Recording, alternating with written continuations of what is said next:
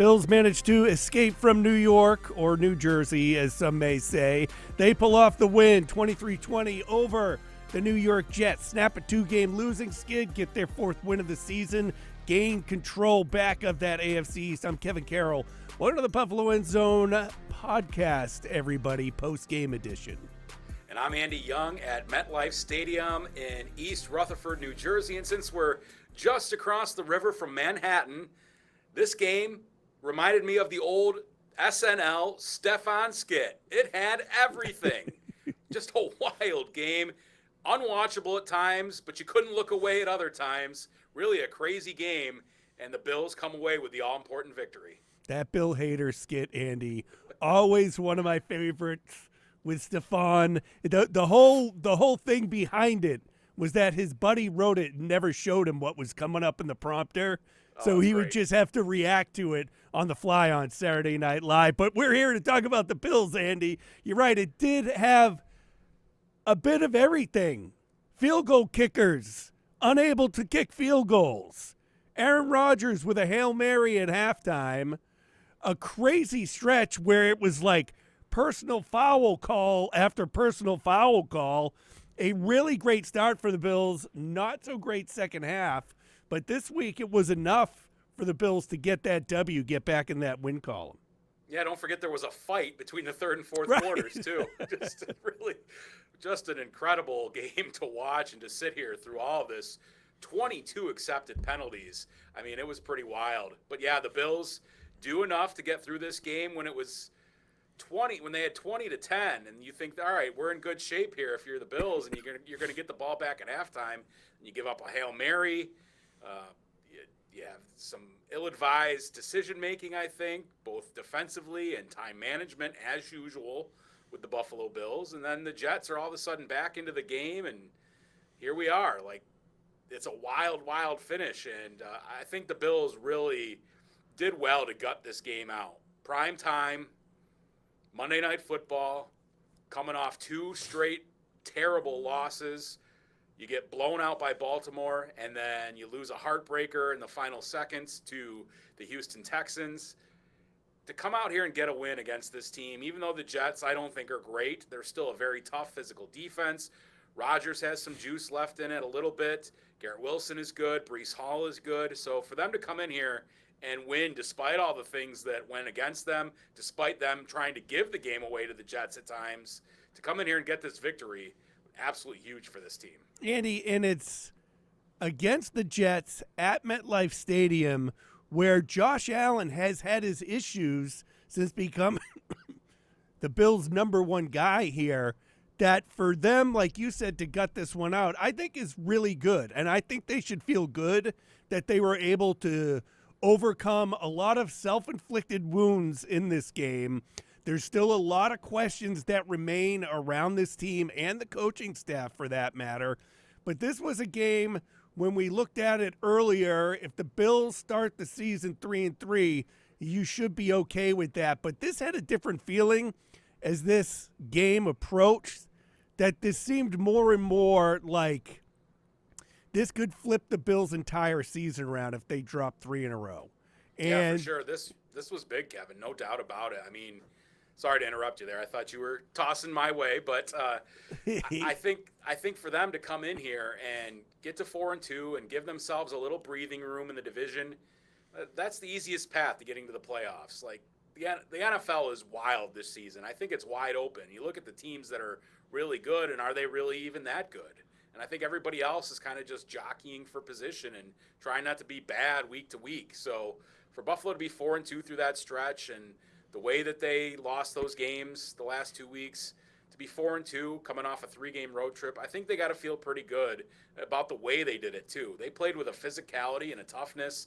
Yeah, maybe some things, decision-making went away from them and, gave up too many big plays on defense, but offensively, they played physical. They made big plays on defense when they had to, especially in the red zone. So you got to be happy, even though there are still a lot of questions, and I think we'll talk about many of those throughout this evening. But, talking off the top, just crucial to come in here and get a win.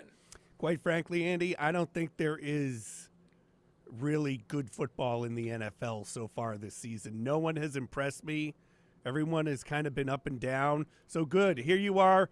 You're like most of the rest of the good teams in the league. You have 4 wins on the season, and that's good. You finally come home. 3 road games in a row, Andy. You know, we knew it was coming, but after this win against the Jets, you would have liked the Bills to have won 2 of the 3, but that was kind of a tough stretch. Baltimore, down to Houston, and then against the Jets tonight, you kind of got your stuff together. Yeah, and I think the way that they were able to win this game was important too. We talked so much about them not having an identity the last couple of weeks after they looked like they really had an identity the first 3 weeks. And that kind of speaks to your point about everybody who's good not being great. They're kind of all up and down, and they've had to battle through that, been dealing with injuries and all those sorts of things. To have Ray Davis come in for an injured James Cook and the offensive line kind of dominate up front the way they did and allow this game to get going, especially think of the first drive of the game for the Bills to really set the tone in a physical, tough, grinding kind of game. They run the ball 8 out of 9 plays. Ray Davis, I believe, had 61 total yards on the drive. I mean, that was really impressive, and they showed that they were going to come in here and assert their will in that regard. And I think offensively, Josh Allen was the beneficiary because he played a very efficient game as well. He was 19 of 25 and had a couple of touchdowns, had the tush-push touchdown. So for the Bills to come in offensively and figure some things out was good. Was it perfect? No, it wasn't. Did they have anybody just explode offensively, especially at the receiver position? No, but they were able to get some guys much more involved than they had been. I mean, we talked about Dalton Kincaid. He had 7 targets and 6 catches. Curtis Samuel, 3 catches. Keon Coleman, 3 catches. Ray Davis. So they're getting some guys involved. Dawson Knox had a touchdown. So that was the key here. Get something out of your guys, even if you don't have superstar receivers. Do something to help Josh Allen and to complement a good running game.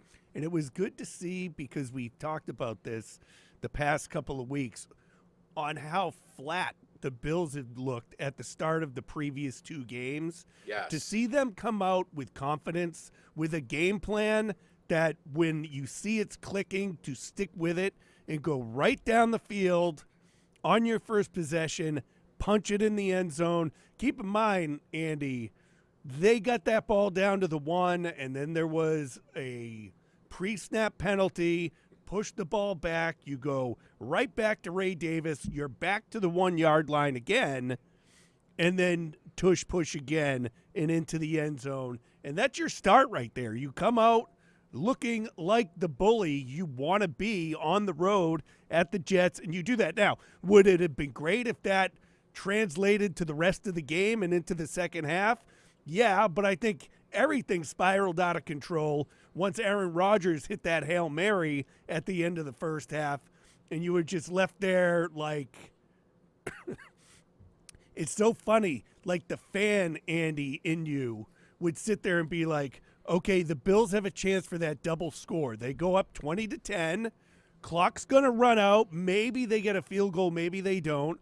Bills get the ball back to start the second half. Next thing you know, it could have been 27-10. Instead, it's 20-17 before you know it. So just carrying stuff from the first half into the second half would have been great, but I just attribute it to that Hail Mary, and it's Aaron Rodgers throwing a Hail Mary. I think 9 times out of 10 he hits it. Yeah, I mean, for the Bills to come out the way they did, if they had come out flat for this game, then you got a real problem, because it's a division rival. It's a team that Dion Dawkins is well documented, basically hates. I mean, that's a strong word, but he does not like those guys. And a lot of the guys on the Bills and the Jets do not like each other. You see each other twice a year. This is crucial for the division. The whole Aaron Rodgers saga and the Jets getting a coach fired. If you couldn't get up for this game, especially after you lost the last 2, and the way you lost those 2 games, one a blowout, one a heartbreaker, you got something wrong with you. So that was encouraging to see that they could get up for a big game the way they did. They faced gut punches throughout this 3-game road trip. You're talking about like Derrick Henry right off the bat scoring a touchdown, and then the gut punch at the end of the game against the Houston Texans. In this game, they faced it right in the middle, and it was that Hail Mary, and they admitted, yeah, it kind of deflated what was going on for them because they seemed to be pretty well in control at that point, and like you said, had a chance to do the double dip at the end of the first half and beginning of the second half. And then you allow Rodgers to throw a Hail Mary, and yeah, he's done that before in his career. He's good at it, but, I mean, come on. You've got to be better in these situations. I mean, the Bills, time and time again, I think I said it in our post-game show, in end-of-game and end-of-half situations, somehow, whether it's the players on the field or McDermott's strategy or play calling or whatever it is, find a way to slip on the banana peel. And they did it again in this one. They figured out a way to allow the worst thing that could happen to happen. And that seems to always occur with this Bills team. It's a problem. It's been a problem for many years, and you hope it doesn't rear its ugly head in the playoffs again, which it has a couple of different times. So, I mean, talking after the game with Taylor Rapp, if we want to dive into this further, I don't think they knew what the Jets were going to do in that play because Rapp said they weren't sure whether they were going to try to get a 15 or 20-yard chunk and try to get a field goal. They were trying to guard the sidelines to avoid that. At the same time, Rodgers takes it deep, and they weren't prepared for that, I think. I think they only rushed two rushers towards Rodgers. I saw Greg Rousseau like 20 yards downfield. What is he doing there? That's no man's land to me. Maybe he's trying to prevent a throw over the middle to get them in field goal position, but then time was going to run out. So he couldn't do anything. He's not either rushing the passer, which he's your best pass rusher, nor is he down at the goal line to use his 6'6" frame to bat it down. So I didn't fully understand what they were trying to do there. I think some people kind of griped about when McDermott took a timeout, left some time there, and let them set things up. So just always, every year you get a couple of these where you're just kind of scratching your head about what were the Bills thinking, and it happened again. I just remember collectively everyone holding their breath in the playoff game against the Colts. Earlier that year, there was the Hail Murray, and I believe in that playoff game against the Colts, they threw a Hail Mary at the end of the game. I think Micah Hyde ended up just batting the ball to the ground instead of trying to make a play on it. Right. And you watch how this unfolded. And I think Taron Johnson, who sealed the game with the interception, but I think he went for a hit instead of just looking for the ball and getting in the way of the football. But neither here nor there, Andy, they ended up winning anyways, but that sure took away from the momentum they had because the Bills, offensively speaking, looked unstoppable in that first half up until that point. The defense, however, Andy, still ugly problems rearing their ugly head throughout this, and I'm talking about third down and long, Andy, continues to be an issue for this team. And heck, when they do have a stop on a third and long, Aaron Rodgers gets a nice friendly penalty of roughing the passer on maybe one of the easiest sacks I've ever seen when A.J. Epenesa placed him down on the carpet like you would place your pet on the carpet. Yeah, the calls in this one were ridiculous. And I really think fans on both sides probably feel like their team got screwed because there were 11 called penalties against the Bills, or assessed penalties, and 11 accepted penalties against the Jets. And I think both teams have a gripe. The officiating was horrible, and it wasn't needed, and it was yes, this was a really chippy game, so maybe expected a little that, but it just was ridiculous. And there was some motion and pre-snap penalties, and Dion Dawkins gets the unsportsmanlike. Those are things that are preventable for the Bills that they've got to fix, but there were some awful calls. The A.J. Epenesa sack, we said it in the post-game show. What is he supposed to do there? Right. He didn't do anything extra. He didn't hammer him into the ground. He tackled him, and he rolled off to the side. What is he supposed to do there? He didn't hit him in the head. He didn't hit him low. He didn't hit him in the knees, which you're not allowed to do any of those things. He didn't swing him down. He didn't drive himself down and hop on him like some guys do. It was just a clean football play. Rodgers wasn't hurt or anything like that. I mean, I know the result doesn't matter, but right. Nothing happened. No, you're protecting your quarterbacks. He sacked him. That happens every game. I've seen that a million times. I'll probably see it in the next game I watch next weekend, and it won't get called. It's ridiculous. Especially that call itself.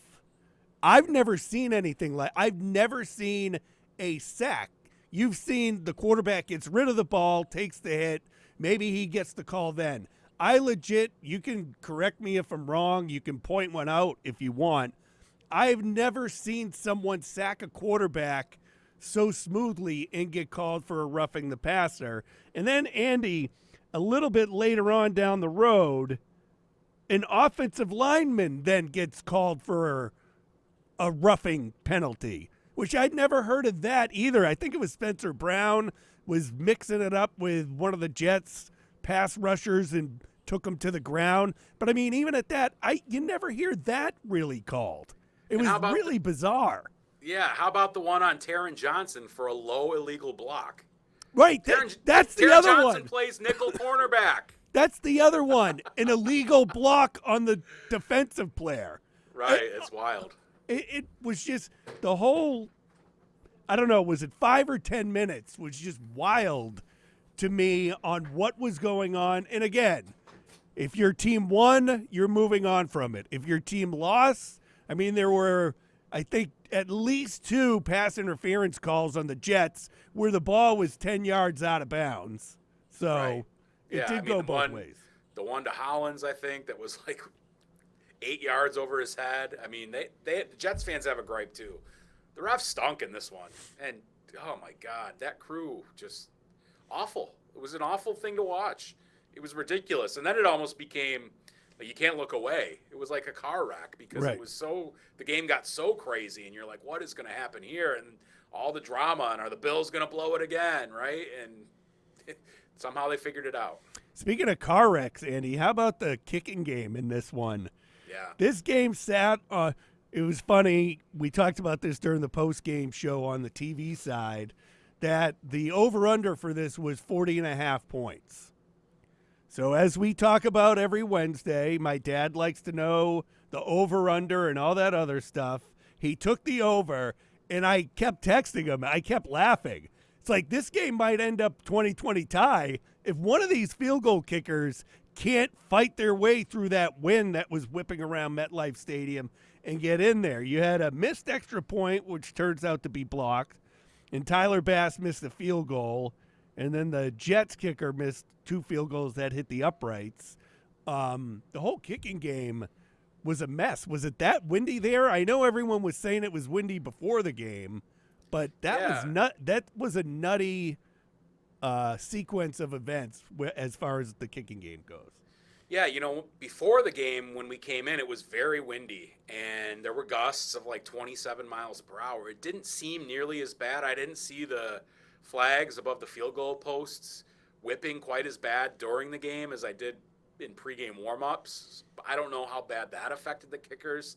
I'll take it from a Bills perspective. I was reticent to do this, but I think they've got to move on from Tyler Bass, or at least sign a guy to the practice squad. I mean, it's just every week, and then McDermott has to answer the questions, and it gets shorter and shorter every time. Today it was he knows he has to make those kicks, and that's the end of it. He's costing them big time, right? Yep. That cost him 4 points in this game. Whether the extra point was blocked or not, or if he shanked it, then it was blocked, I don't know. But they've got a problem with Tyler Bass. And I was kind of on the team of, like, let him work through it, that sort of thing. Now I'm not so much. I think they've got to investigate their options, right? Because it's going to cost them a big game at some point. And it already has in some ways. So he just doesn't seem to be consistent enough, whatever it is. I don't know what the reason is. The issue becomes it's a cap space issue. If they cut him, he's signed to a contract. There's a good amount of dead cap left on his contract if they were to cut him. And then the cost of signing somebody else, I mean, that's going to eat up most of their cap space they have left. So you can kiss any sort of trade goodbye if they want to get a wide receiver or anything. I mean, like, yeah, there's always ways to do things. You can always figure out ways to get money. But, I mean, do they really want to carry 2 kickers on a roster, or do they want to pull a guy up from the practice squad and use an elevation for that? It's a mess right now. With how close NFL games are, I don't know if you can afford to just have him being that crapshoot every time he goes out there, especially now that the weather is going to keep getting worse and worse. You just don't have any confidence in him, right? Like, it's almost a surprise when he makes it.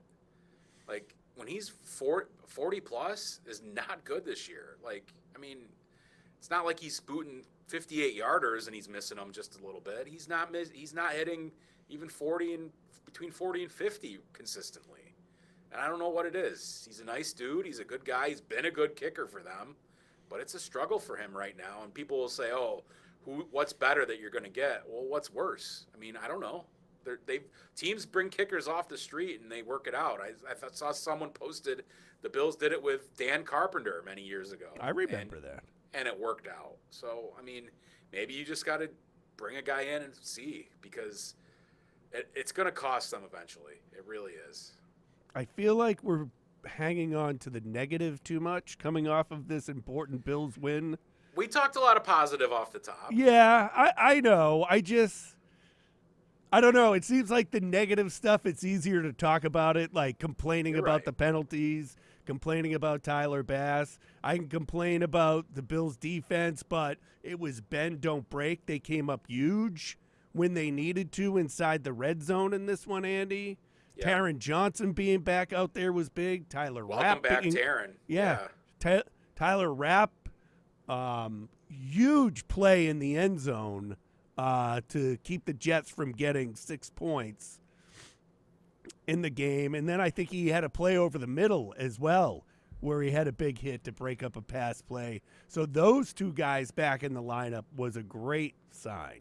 Yeah, that was certainly a factor. And Taron Johnson, he's one of the best nickel cornerbacks in the league, and that was a great play he made to intercept that ball, because that Jets receiver thought he had it, right? Mm-hmm. And they're going to be at least in field goal range, if not better than that. So for Taron Johnson to come back and do what he did was huge for the Bills.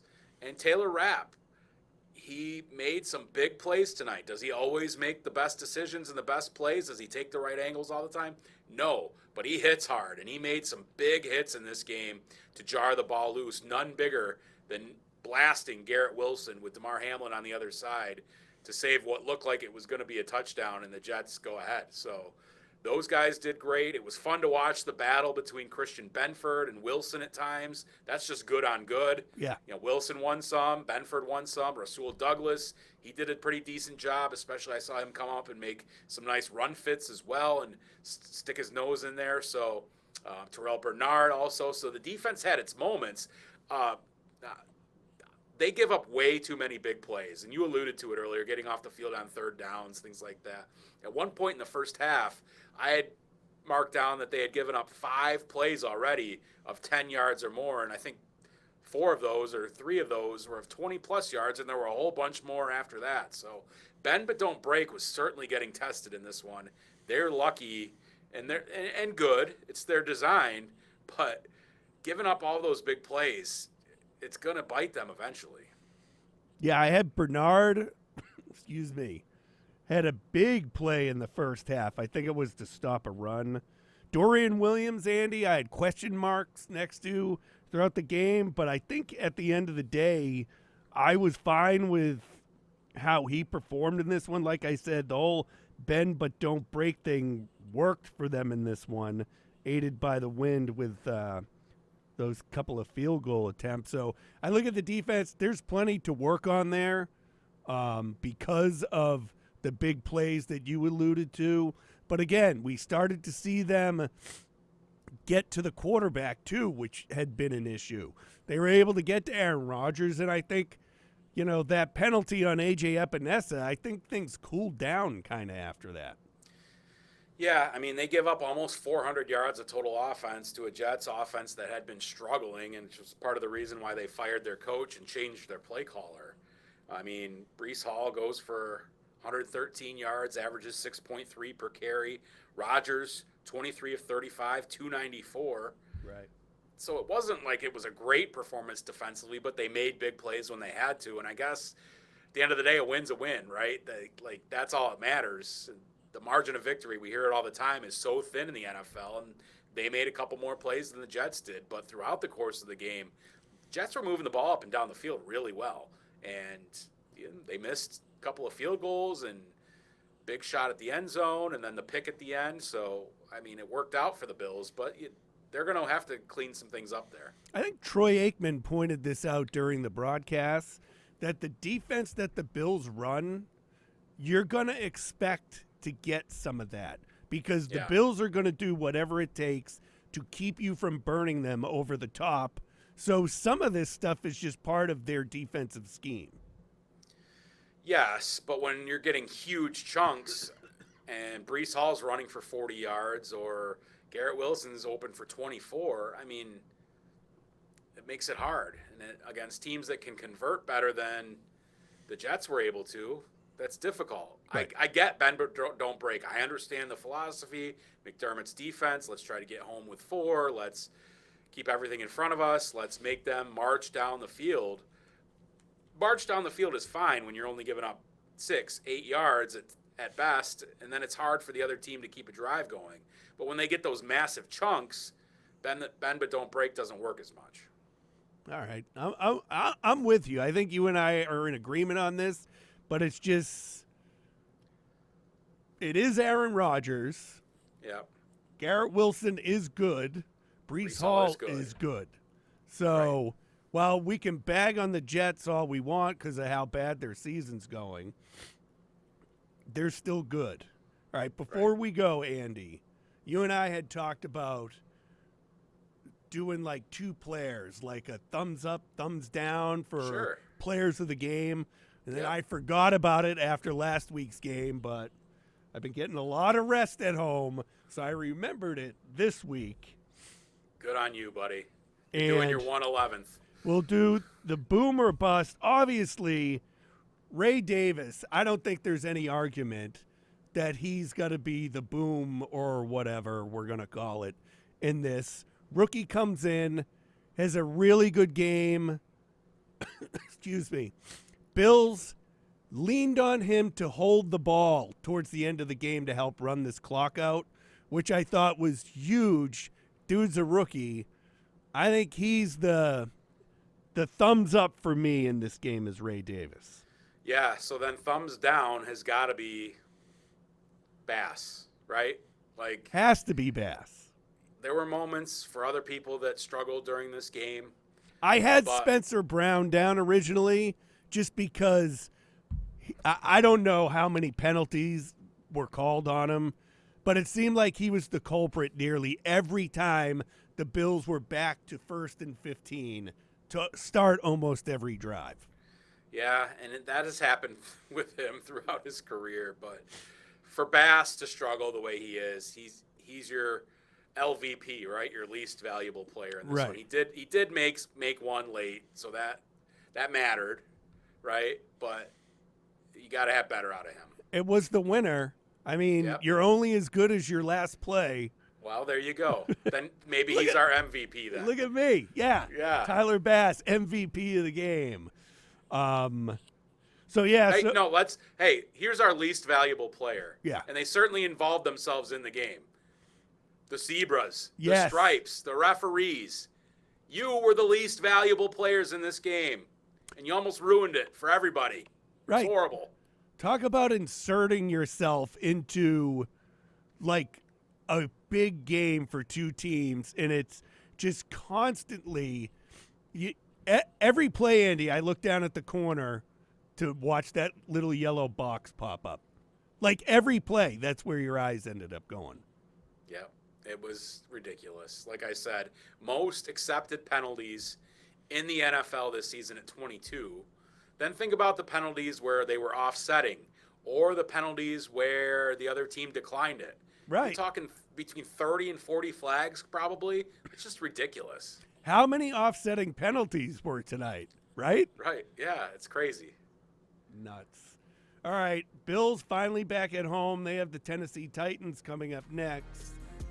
My family will be happy about that. They'll get to see me on a weekend for a change.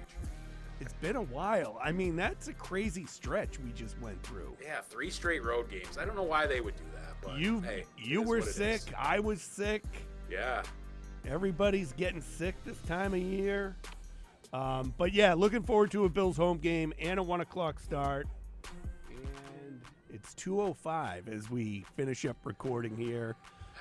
Andy, I got a chicken Big Mac in the fridge. I'm going to give it a whirl. Dude, I have waiting for me in the hotel fridge when I get back. Yeah. The best chicken cutlet sandwich from an Italian deli here in Jersey. Nice. Just classic. Big old thick chicken cutlet, the mozzarella, Nice. the roasted red peppers, the vinaigrette. Ooh, can't wait. You're making me jealous. So let's wrap this thing up. We'll be back on Wednesday this week. I plan on being back. I know Chris Trapasso stepped in last week. That was fun. And then we also have the podcast out there with you and Chad Michael Murray, actor extraordinaire, if you want to scroll in and check that out. Yeah, Chad Michael Murray, we talked with him last week, and he was awesome. I mean, he's got great insight into the Bills, grew up in Buffalo, and went to Clarence High School, and ends up being on One Tree Hill, and is in a bunch of movies. Freaky Friday, Freakier Friday, or Freaky Friday 2 is coming out next year. He's got all kinds of projects going on. Knows a lot about football, too. Oh, the lights went out here. He knows a lot about football, too. He is his son's offensive coordinator for his youth football team up in Canada, where they live right now. So he's got some great stories. He's played backyard football with Jim Kelly. So check out that podcast. That's one of the latest of our series of celebrity Bills fans who we've gotten a chance to talk to. Pretty fun. All right, Andy and I will be back here next Wednesday as the Bills get ready for the Tennessee Titans. As always, thanks for joining us, everybody.